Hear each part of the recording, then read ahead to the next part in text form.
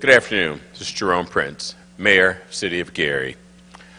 Over the last few days and previous weeks, we've had a lot of discussion surrounding COVID-19 virus.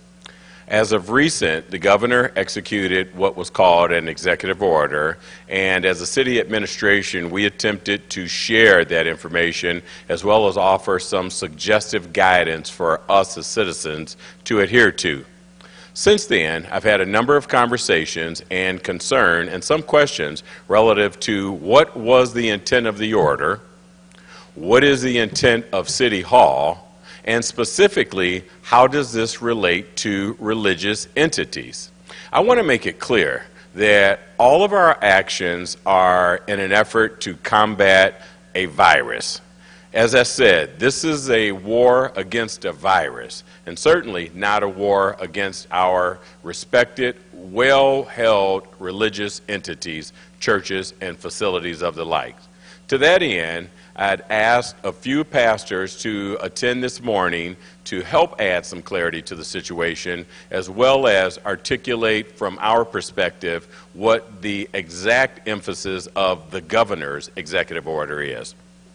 On Tuesday afternoon, Governor Holcomb issued a 2-week stay-at-home order for the entire state of Indiana. In that order, the governor issued rules for many types of organizations, including churches or religious groups. Also, Governor Holcomb writes, religious facilities, entities, groups, and religious gatherings, provided that they adhere to the CDC's guidance on social gatherings, can meet during the 2-week stay-at-home order. Today, I've got a copy of the governor's executive order, and I'm going to be citing some specific passages from that. But again, I think it's very important that the message be clear, and what's most important is that we by no means have any authority as a municipal entity, nor do we have the desire to cease or cause to desist any religious entity from organizing in a manner that's in accordance with the CDC, or by providing what they deem to be essential services for our community. From the first day of our city administration, we've made it very clear that public safety is at the forefront of our mission, and to that extent, we feel that the direction and the guidance offered by the state and the national level relative to COVID-19 is in the essence of public safety. Both the CDC and the state call for in-person gatherings of no more than 10 people. The CDC's guideline proclaimed it to be a duty of every person in our state and every entity doing business in the state of Indiana to cooperate fully with the Commissioner of the State of Indiana's Health Department and the Governor of the State of Indiana on all matters concerning COVID-19 emergency. This does not mean that the Gary police officers or any other public safety service entity will be enforcing the policies outside of what's called for in adherence to the CDC's recommendations of 10 persons or less. We do, however, expect every person to take the governor's orders seriously and to practice responsible, safe social distancing. If you notice something that you believe violates the order, feel free to call City Hall and we'll refer that to the proper entities. Also, it means that the federal government, the state of Indiana, and yes, the city of Gary, expect that all things deemed essential, including religious services and entities, be limited to no more than 10 people. I am joined again today by several representatives of our faith community who will share their thoughts with you. And first of all, we want to bring up the president of the Baptist Conference Ministers, Pastor Corey Jackson of New Shiloh Baptist Church. Pastor.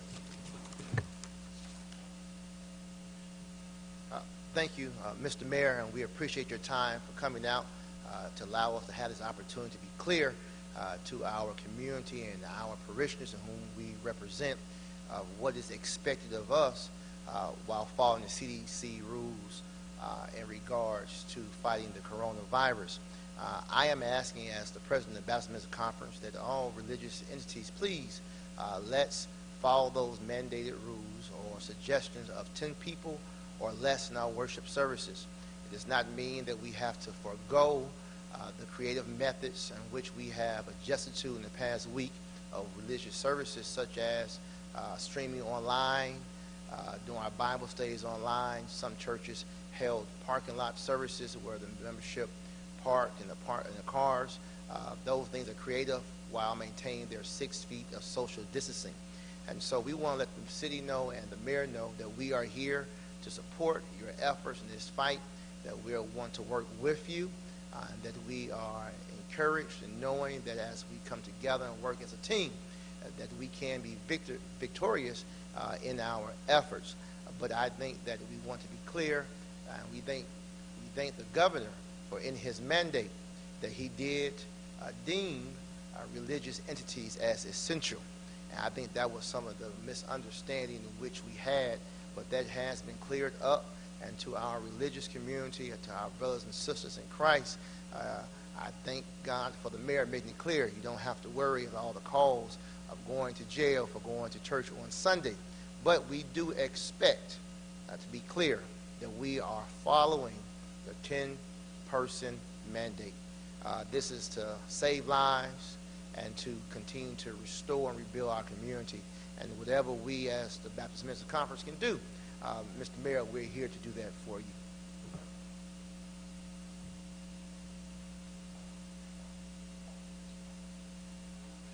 My name is Dewan Bynum. I'm the senior pastor of the Christian Valley Missionary Baptist Church here in our city, and I share the same sentiments of our governor, of our mayor, as well as our president, that we follow the CDC guidelines, as well as continue to be creative in our worship experiences, as long as we are in compliance with the order of our governor and the order of the CDC. Thank you.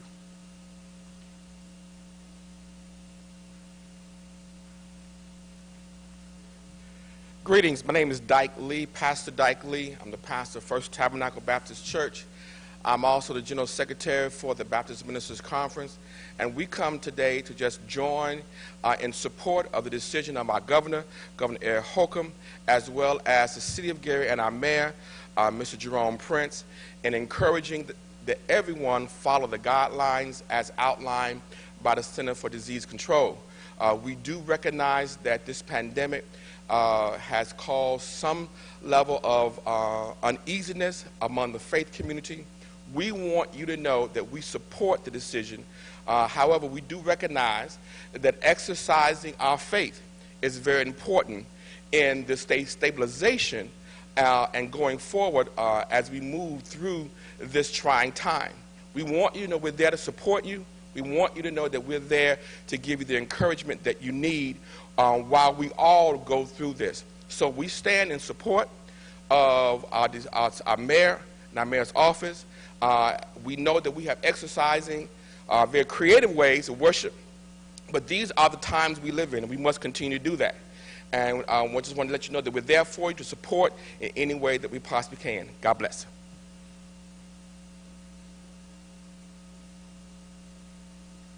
My name is Bishop Tavis Grant. I do want to join with these faith leaders, along with the leader of our city, Mayor Jerome Prince, and our governor in echoing our support and every effort and our energies behind ensuring that we put public safety first, particularly for our at-risk population, which is seniors and children. And so we're urging all of our members and urging our faith leaders in particular to continue in your effort to get message and ministry out in very creative ways, but ensuring that we abide by the CDC protocols to ensure that we put public safety and health first. Likewise, I want to encourage you to be very supportive of our funeral directors in the city of Gary and surrounding areas. They have adhered to the CDC guidelines. Nothing as we know it is going to remain the same, and so the traditional ways of doing funerals have had to be abbreviated and modified to ensure that we serve our public at large. And you can go to any of the websites, smithbazellwarner.com, and other websites to find the protocols that they're implementing to ensure that we serve our community. One of the things we have to do is outlive this virus, and we have to be very supportive of our first responders, in particular our leadership. So I want to commend our president, President Corey Jackson, who leads our Baptist Ministers Conference, and our mayor, along with our governor. Together we can win. Thank you. Okay, once again, I want to thank all the ministers for coming out this morning to help share vital, important information with all of our constituencies. Just remember that this fight against COVID-19 is something new and uncharted for all of us. However, I maintain that if we continue to communicate and share accurate, up-to-date information